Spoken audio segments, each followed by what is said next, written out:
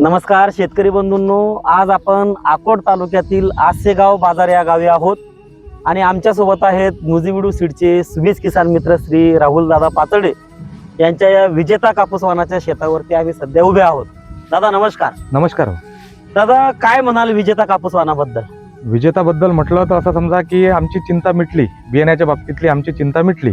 कारण की याआधी आम्ही बऱ्याचशा व्हेरायट्या लावल्या आणि त्याने आम्ही कधी अन्न पण बियाणं घेत होतो, पण आता आम्हाला अन्न बियाणंही घ्यायची आवश्यकता नाही आणि इकडून तिकडून आणायचं बियाणं आणायचं काही आवश्यकता नाही. कारण की मी यावर्षी पूर्ण विजेता हे वाणच पेरलेलं आहे नुजीविडू सीड्सचं आणि त्याच्यात मला कापूस पण भरपूर आलेला आहे. मी हे याच्यातली फक्त अर्धाच कापूस म्हणजे अर्धा एकरच कापूस वेचला या शेतात. 1.25 एकर क्षेत्रफळ आहे हे आणि त्या कारणानं मला याच्यात जवळपास अर्ध्या एकरामध्ये अर्ध्या कपाशीमध्ये अंदाजित आपण अर्धा ते पाऊण एकर पकडू तर त्याच्यात मला 10 क्विंटल 52 किलोचा वेचा आलेला आहे. पहिला वेचा सीतादहीचा वेचा. बर, म्हणजे आणि कापूस जो फुटला तो पहिल्याच वेचामध्ये 10 क्विंटल 52 किलो आणला. बरं, वेचणीचा अनुभव कसा राहिला मजुराचा? वेचणीचा अनुभव असा आला की जे मजूर होते ते एकदम खुश झाले, कारण की बोंड एकदम वेचायला मोकळा आहे आणि रुईचं प्रमाण पण जास्त आहे आणि वजनाचं प्रमाण पण जास्त आहे. त्यामुळे वजन याचा करून पाहिलं राहुल दादा? हो. किती वजन याचा? जवळपास 5.5 ते 6 ग्रॅमचं एक बोंडाचं वजन आहे. आपण शेतात कार्यक्रमाच्या दरम्यान केलं. आणि आणखी मी काल मार्केटला CCI ला कापूस नेला होता तर मला जवळपास 8,010चा भाव मला मिळाला. एक नंबर. काय कारण त्याचं एवढा चांगला भाव तुम्हाला मिळाला? कारण की कापसाचं वजन होतं पण मॉइश्चर कमी होतं. मॉइश्चर किती होतं?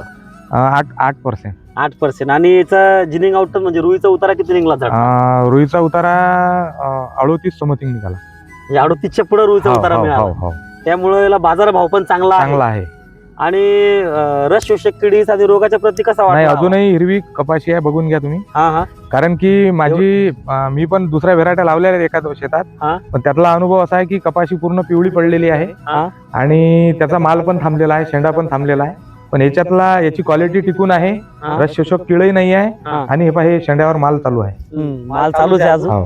आपण पाहू शकतो की या विजेता कापूस वाणामध्ये जे बाकीच्या कपाशीला चिकटा पण पाठीमागे अजिबात नाही, म्हणजे रोगाच्या लाल्या नाही आहे. अजूनही चालू आहे.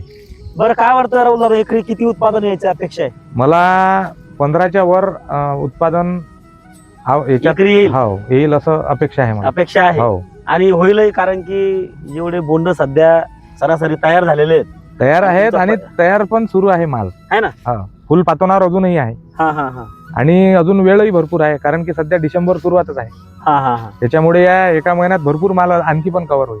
काय वाटतं येणाऱ्या वर्षी आपल्या आसेगाव परिसर या सावरा परिसरात कशी लागवड राहील विजेता? लागवड तर विजेताची चांगलीच होईल, पण माझा असा स्वतःचा अनुभव आहे की माझ्याकडे स्वतःची 10 एकर शेती आहे आणि मी 8 एकर लागवड केलेली आहे.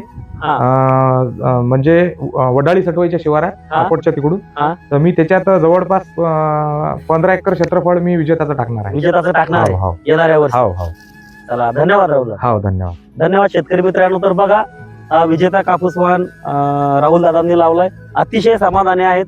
आपणही आपल्या गावामध्ये शेतकरी सभासद नोंदणीच्या माध्यमातून या विजेता कापूस वाणाची नोंद आपल्या जवळच्या विक्रेता बंधूकडे, आमच्या गावातील सुबीज किसान शेतकरी मित्राकडे करून घ्या आणि अवश्य लागवड करा. विजेता 858. धन्यवाद.